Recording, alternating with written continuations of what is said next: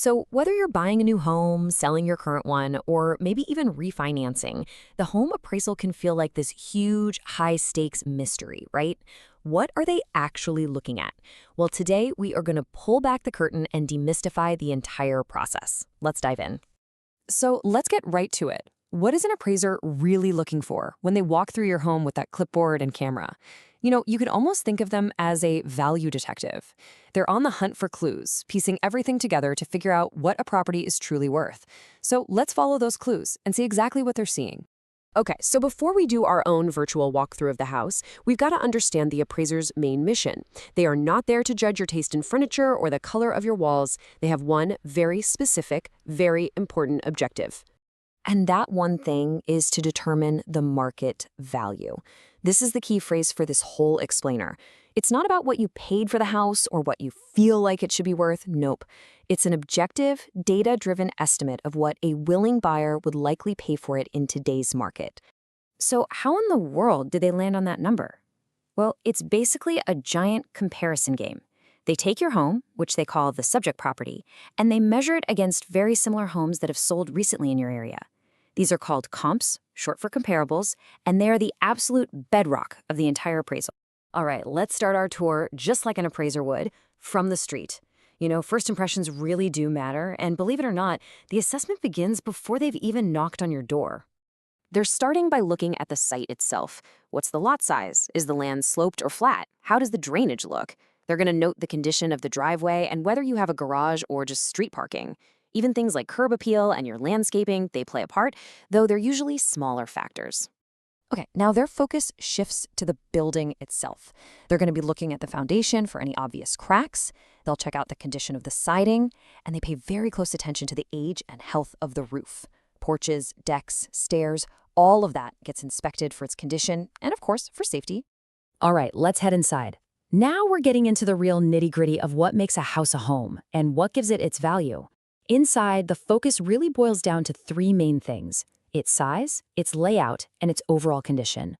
First up, and this is a big one, is size. The total livable square footage is one of the biggest drivers of value, period. It's pretty simple, right? A bigger home is almost always going to be valued higher than a smaller one right next door.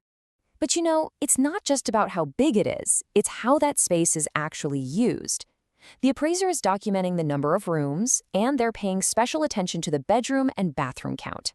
They'll also note if there's a basement or an attic, and they're going to assess whether the overall layout is actually functional for how people live today. Next, they get to the details, the quality of the finishes.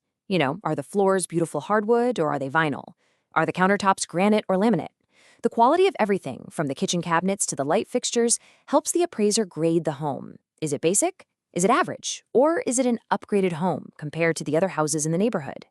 Okay, we've talked about all the stuff that looks good. Now it's time to dig into the functional heart of the home, the systems that keep it running, and, just as importantly, the major red flags that can seriously hurt a home's value. Now, it's really important to remember an appraiser is not a home inspector, but they do perform a visual check of the home's essential systems. They'll note the type and the apparent condition of the heating and cooling, look for any obvious plumbing or electrical problems, and generally make sure the home is safe and livable. So what are those big-ticket problems that they're trained to spot? These are the issues that go way beyond a simple cosmetic flaw and could be potential deal breakers or lead to some really expensive repairs. First up, they're on high alert for any evidence of termites or other pests. This is a huge red flag because, as you know, these little critters can silently do some serious damage to the structure of the home. Next on the list is water damage.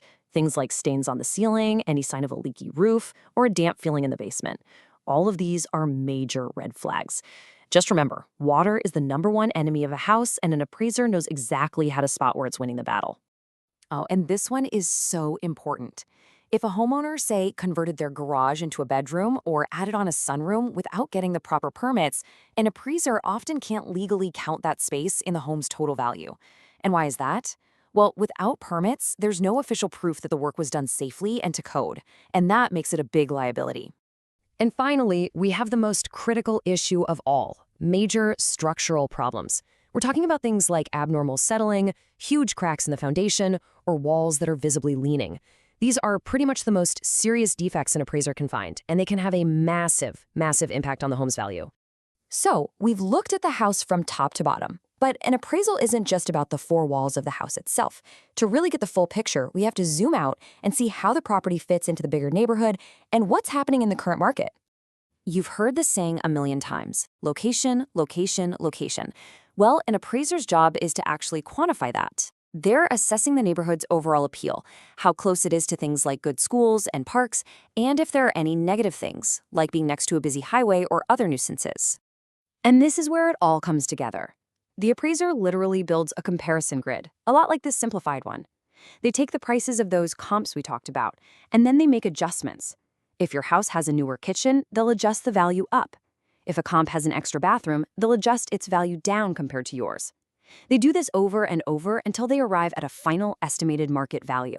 So, to wrap it all up, an appraisal really isn't a mystery at all. It's just a very methodical process. It's a professional opinion of value that's based on a detailed comparison of a home's physical condition and all its features, weighed against what real buyers have actually paid for similar homes in that same area. So, there you have it. You now have a pretty clear checklist of what an appraiser is looking for, from the curb all the way to the closets. But that brings up an even more interesting and way more complex question, doesn't it?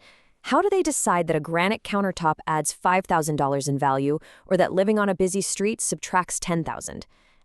Well, that's where the real art of appraising truly comes in.